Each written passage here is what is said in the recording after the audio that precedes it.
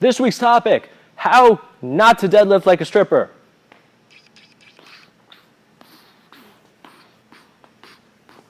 All right, I gotta stop shaking my butt on the camera. It's not professional.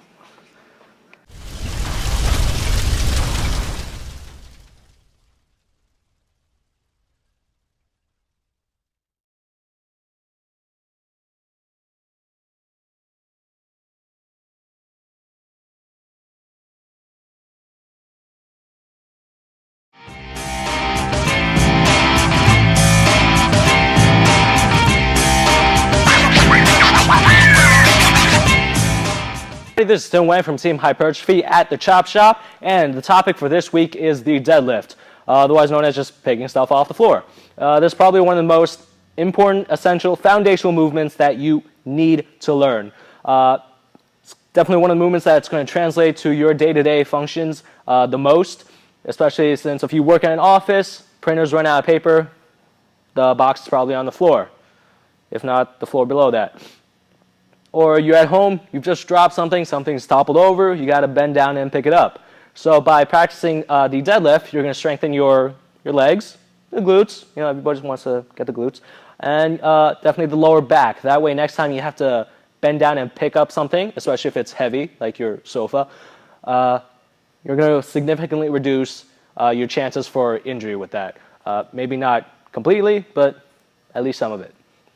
So two main points about the deadlift is keeping the back straight and getting the butt back. So first, to explain that back straight, what I see a lot of times as people bend over, they're literally bending over and their backs round out, and what that does, it takes strength away from your entire body, the whole motion, and puts a lot more of the weight on the lower back. Now the problem with that is, assuming that you sit around a lot or you have a sedentary job or lifestyle, the act of sitting is already putting a lot of pressure, a lot of weight on that lower back, and now when you've just rounded out your back to pick something up, you've just added fuel to the fire, you've just pushed yourself over the cliff, or some other little funny phrase you want to toss at that. So the next part is getting your butt back as much as possible, because it's important in terms of the deadlift, keep your shins perpendicular, straight, perpendicular to the floor, and pretend there's a wall or a pole or what have you behind you, and your goal is to stand in front of it and get your butt back as much as possible. So this is called the hip hinge motion, and try to touch it with your butt. Good. So one way to practice that is take both hands, put them on your hips, and from there, take a deep breath, and drive the hips back, digging your palms in until you feel those hamstrings stretch. And once you feel that stretch, you're good. Now you're at the sort of bottom of the deadlift. Now from here, as you come on up, again, remember, keep the back straight. To do that, keep the chest up. So if your chest down, if you're looking down, your back is probably going to round out. So look up, chest up, keep that back straight. So from here at the bottom of the deadlift, as you come up, snap the hips, or pelvic thrust forward. You want to get from point A to point B as fast as possible to generate the most force, most power.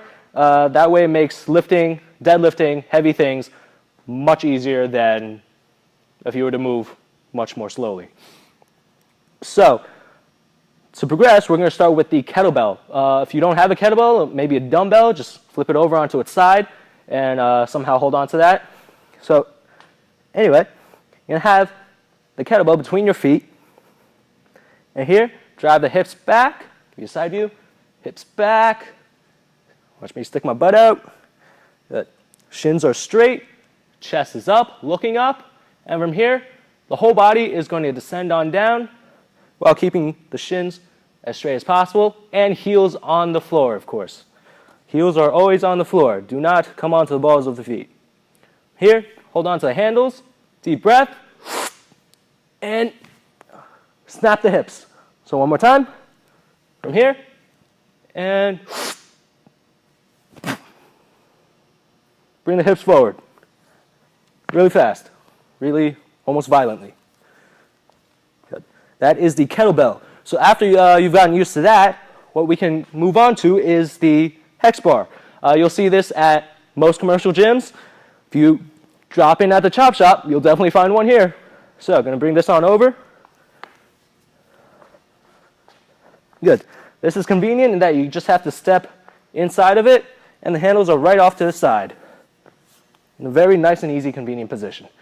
Here, chest up, looking up, get the butt back, shin straight, lower the body, search for the handles. Good. From here, deep breath, and snap the hips. Good. Now one more time. Good. All right, move this off to the side. It's pretty straightforward. Just pick up the handles and stand up. And now we move on to the fun part, the barbell deadlift. This is where you're going to get your 1 rep max and just move the heaviest weight possible. Here you're going to bring the bar up to the shin. So pretty much in contact with the shin. And now from here, what you can do, put your arms out straight out in front of you, look up, chest up, and butt back, stick the butt out as much as possible until you feel your hamstring stretch. And then from here, lower the body down and bring your hands to the bar. Your hands are going to be just outside of your shins. So from here, chest up, pull the shoulders back a little, take a deep breath, and snap the hips, open up the hips. What you want to try to feel like you're doing is breaking that bar with the hips. Bring up here, and break the bar. Now, as you come on down, you have two options. You can either A, drop it. Now, if you have metal plates on, please don't do that. Just lower it slowly. We'll talk about that in option B. But if you have bumper plates, it's completely fine to drop it, especially if your gym has mats. So again, hips back, chest up, deep breath, and break that bar. All right, so option B for setting it down is basically the reverse of what you're doing. Too many times I see people just, see how I've rounded out my back, my chest is down, and overall bad position and probably risk of injury. So option B, hips back. Slowly lower it down, keep it close to the body at all times, and then lower it down. Good. So that's pretty straightforward, pretty simple. Just practice at a lighter weight. Once you've gotten the technique down, then you can start putting on the weight. Now, a common error I see with the barbell deadlift is called the stripper deadlift, and you'll see why. Here, starting position can be good. Chest up, butt back, deep breath.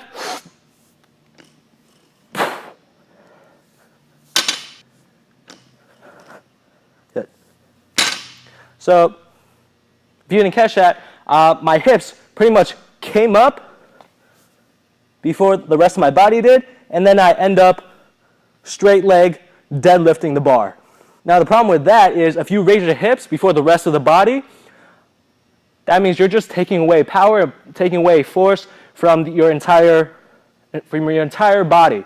So instead of acting as one force, now your body only relies on that lower body and somewhat of the upper body to lift the bar up. And over time, that's just going to increase your risk of injury, and we really want to minimize that as much as possible.